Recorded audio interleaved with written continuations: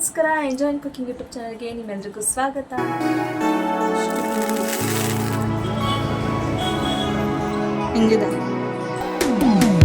ಇವತ್ತಿನ vlog ವೆಡ್ನೆಸ್ಡೇಯಿಂದ start ಮಾಡ್ತಾ ಇದ್ದೀನಿ. ನೀವೆಲ್ಲರೂ ಹೇಗಿದ್ದೀರಾ? ಎಲ್ಲರೂ ಚೆನ್ನಾಗಿದ್ದೀರಾ ಅಂದ್ಕೊಂಡಿದ್ದೀನಿ. ನಾನು ಕೂಡ ಚೆನ್ನಾಗಿದ್ದೀನಿ. ಹಾಗೆ ಇವತ್ತಿನ ವ್ಲಾಗಲ್ಲಿ ನಾನು ಈವ್ನಿಂಗಿಂದ ಸ್ಟಾರ್ಟ್ ಮಾಡಬೇಕಾಯಿತು. ಯಾಕೆ ಅಂತಂದರೆ ಮಕ್ಕಳಿಗೆ ನಾಳೆಯಿಂದ ಟೆಸ್ಟ್ ನಡೀತಿದೆ, ಸೊ ಅವ್ರ ಕಡೆ ನಾನು ಗಮನ ಕೊಡಬೇಕು.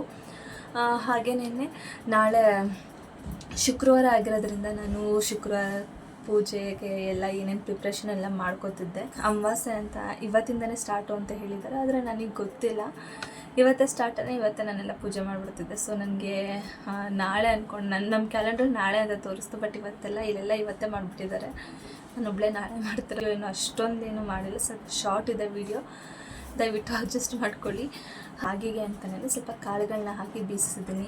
ಈ ಬಾದಾಮಿ, ಹೆಸರು ಕಾಳು, ಅದೇನೇನು ಕಾಳು ಅಂತ ಅಂದ್ಬಿಟ್ಟು ನಾನು ನಿಮಗೆ ತೋರಿಸ್ತೀನಿ. ಹಾಗೆ ನಾನು ಗೋಧಿನೂ ಅಷ್ಟೇ, ನಾನು ಹೊರಗಡೆಯಿಂದ ಅಂಗಡಿಯಿಂದ ಗೋಧಿ ಹಿಟ್ಟು ಬರುತ್ತಲ್ಲ, ನಾನು ಅದನ್ನೆಲ್ಲ ತಂದು ಮಾಡೋದಕ್ಕೆ ಹೋಗೋದಿಲ್ಲ. ನನ್ನದೇ ಏನು ಮನೆಗೆ ಗೋಧಿ ತಂದು ಅದಕ್ಕೊಂದು ಸ್ವಲ್ಪ ಕಾಳನ್ನ ಆ್ಯಡ್ ಮಾಡಿಬಿಟ್ಟು ನಾನು ಬೀಸಿಸ್ತೀನಿ. ಯಾಕಂದರೆ ಇದರಿಂದ ಮಕ್ಳಿಗೂ ಸ್ವಲ್ಪ ತಿನ್ನೋದಕ್ಕೆ ಇದಾಗುತ್ತೆ. ಯಾಕಂದರೆ ಮಕ್ಕಳಿಗೆ ಲಂಚಿಗೆ ನಾನು ಕೊಟ್ಟು ಕಳಿಸ್ಬೇಕಾದಾಗ ಅವ್ರಿಗೆ ಸಾಫ್ಟ್ ಇರಲ್ಲ, ಒಂಥರ ರಫ್ ಆದಂಗೆ ಆಗಿಬಿಟ್ಟಿರುತ್ತೆ. ಬಟ್ ಈ ಥರ ಮಾಡಿ ಕೊಟ್ಟು ಕಳಿಸಿದ್ರೆ ಮಕ್ಳುಗಳಿಗೆ ಇದು ಮಧ್ಯಾಹ್ನವೂ ಸಾಫ್ಟ್ ಇರುತ್ತೆ, ಮಕ್ಕಳು ಅವಾಗೂ ತಿಂತಾರೆ. ಸೊ ನಾವಾದರೆ ಬಿಸಿ ಊಟ ಮಾಡಿಬಿಡ್ತೀವಿ, ಮಕ್ಳಿಗಾದರೆ ಪಾಪ ಮಧ್ಯಾಹ್ನ ಎಲ್ಲ ಆರೋಗ್ಬಿಟ್ಟಿರುತ್ತಲ್ಲ. ಬಟ್ ಇವತ್ತು ನಾನು ಡಿನ್ನರ್ಗೆ ಅಂತ ಅಂದ್ಬಿಟ್ಟು soya chicks, mini soya chicks ತೊಗೊಂಡು ನಾನು ಗ್ರೇವಿ ಮಾಡಿದ್ದೆ. ಅದ್ರ ರೆಸಿಪಿನೂ ನಾನು ನಿಮಗೆ ತೋರಿಸ್ತೀನಿ. ಹಾಗೆ ರಾಗಿ ಹಿಟ್ಟಿಂದ ನೋಡ್ಕೊಬನ್ನಿ. ಇವಾಗ ನಾನು 3 kg ರಾಗಿ ತೊಗೋತಾ ಇದ್ದೀನಿ. ಹಾಗೆ ಚೆನ್ನಾಗಿ ಬೇಳೆ, ಹೆಸರು ಬೇಳೆ, ಹಾಗೆ ಉದ್ದಿನ ಬೇಳೆ ಮತ್ತು ಕಡಲೆ ಬೀಜನ ನಾನು 150 ಗ್ರಾಮ್ ಹಾಕೋತಾ ಇದ್ದೀನಿ. ಹಾಗೆ ಒಂದು 10ರಿಂದ 15 ನಾನು ಬಾದಾಮಿನ ಹಾಕೋತಾ ಇದ್ದೀನಿ. ಇನ್ನೊಂದು ಮೇನ್ ಇಂಗ್ರೀಡಿಯೆಂಟ್ ಬಂದುಬಿಟ್ಟು ಉದ್ದಿನ ಕಾಳು ಅಂತೂ ನೀವು ರಾಗಿ ಹಾಕಲೇಬೇಕು ಅಂತಲೇ ಹೇಳ್ತೀನಿ. ಯಾಕಂದರೆ ಅದು ತುಂಬಾ ಒಳ್ಳೆಯದು ನಮ್ಮ ಹೆಲ್ತಿಗೆ. ಸೊ ನೀವು ಇದನ್ನು ಯೂಸ್ ಮಾಡಿ ನೋಡಿ, ಬೇಕಿದ್ರೆ ನಿಮಗೆ ಬೆನಿಫಿಟ್ಸ್ ನಿಮಗೆ ಗೊತ್ತಾಗುತ್ತೆ. ಅಷ್ಟು ಒಳ್ಳೆ ಬೆನಿಫಿಟ್ಸ್ ಇದೆ ಈ ಕಾಳಲ್ಲಿ. ಹಾಗೆ ಮಾಡೋರಿಗೂ ಒಳ್ಳೆ ಫುಡ್ ಅಂತಲೇ ಹೇಳ್ಬೋದು.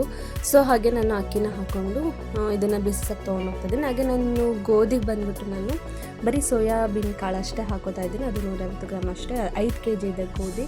ಸೊ ಅದಕ್ಕೆ 150 ಗ್ರಾಮ್ ಹಾಕಿದ್ರೆ ಸಾಕು. ಅಲ್ಲೇ ಕಾರ್ನರಲ್ಲಿ ನಮಗೆ ಯಾವಾಗಲೂ ರೆಗ್ಯುಲರ್ ಪಾನಿಪುರಿ ಅಂಗಡಿ ಅಂತಲೇ ಹೇಳ್ಬೋದು.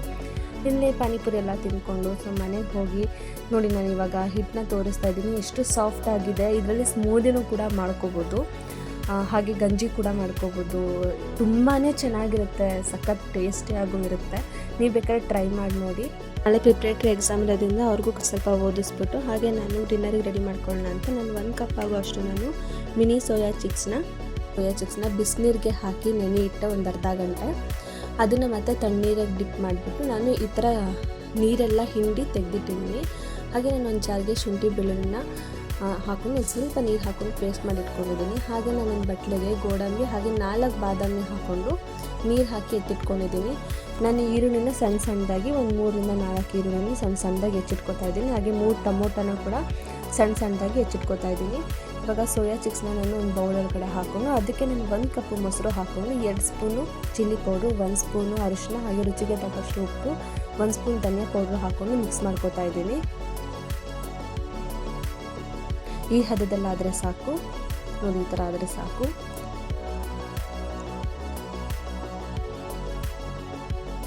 ಹಾಗೆ ನಾನು ನೆನೆಸಿಟ್ಕೊಂಡಿದ್ನಲ್ಲ ಬಾದಾಮಿ ಗೋಡಂಬಿ, ಅದು ಇವಾಗ ನೆಂದಿತ್ತು. ಸೊ ಅದನ್ನು ನನಗೆ ಆ ನೀರು ಸಮೇತನ ನಾನು ಗ್ರೈಂಡ್ ಮಾಡಿ ಎತ್ತಿಟ್ಕೊತಾ ಇದ್ದೀನಿ. ಹಾಗೆ ಒಂದು ಪ್ಯಾನ್ಗೆ ಎಣ್ಣೆ ಹಾಕ್ಕೊಂಡು 1 ಪಲಾವ್ ಎಲೆ, 3 ಚಕ್ಕೆ, 2 ಇಂಚು ಲವಂಗ ಹಾಕ್ಕೊಂಡು ಈರುಳ್ಳಿನ ಹೆಚ್ಚಿಟ್ಕೊಂಡಿದ್ನಲ್ಲ ಅದನ್ನು ಇದಕ್ಕೆ ಆ್ಯಡ್ ಮಾಡಿಕೊಂಡು ಫ್ರೈ ಮಾಡ್ಕೊತಾ ಇದ್ದೀನಿ. ಹಾಗೆ 2 ಸ್ಪೂನು ಶುಂಠಿ ಬೆಳ್ಳುಳ್ಳಿ ಪೇಸ್ಟ್ ಹಾಕ್ಕೊಂಡು ಕೂಡ ಅದನ್ನು ಕೂಡ ಫ್ರೈ ಮಾಡ್ಕೊತಾ ಇದ್ದೀನಿ.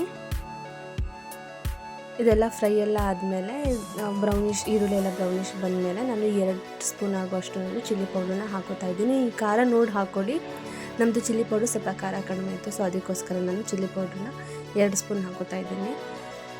ಇದನ್ನೆಲ್ಲ ನೀಟಾಗಿ ಮಿಕ್ಸ್ ಮಾಡ್ಕೊಂಡಾದ್ಮೇಲೆ ನಾನು ಟೊಮೊಟೊನ ಹೆಚ್ಚಿಟ್ಕೊಂಡಿದ್ನಲ್ಲ ಅದನ್ನು ಕೂಡ ಇದಕ್ಕೆ ಆ್ಯಡ್ ಮಾಡಿಕೊಂಡು ಮಿಕ್ಸ್ ಮಾಡ್ಕೊತಾ ಇದ್ದೀನಿ.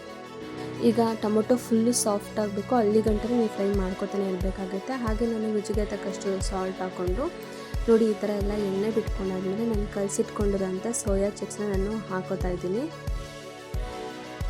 ಅದನ್ನು ಹಾಕ್ಕೊಂಡು ನೀಟಾಗಿ ಮಿಕ್ಸ್ ಮಾಡಿಕೊಂಡು 2 ಚಿಕ್ಕ ಲೋಟದಲ್ಲಿ ನಾನು ನೀರು ಹಾಕೋತಾ ಇದ್ದೀನಿ, 2 ಕಪ್ ಆಗೋಷ್ಟು.